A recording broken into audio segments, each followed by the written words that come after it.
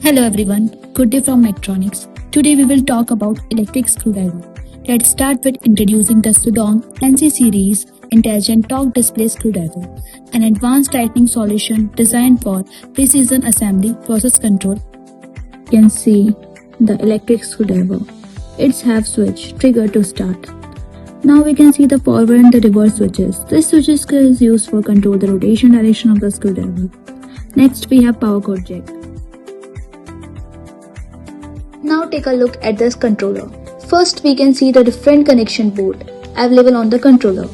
These include the screwdriver connection port, power supply connection port.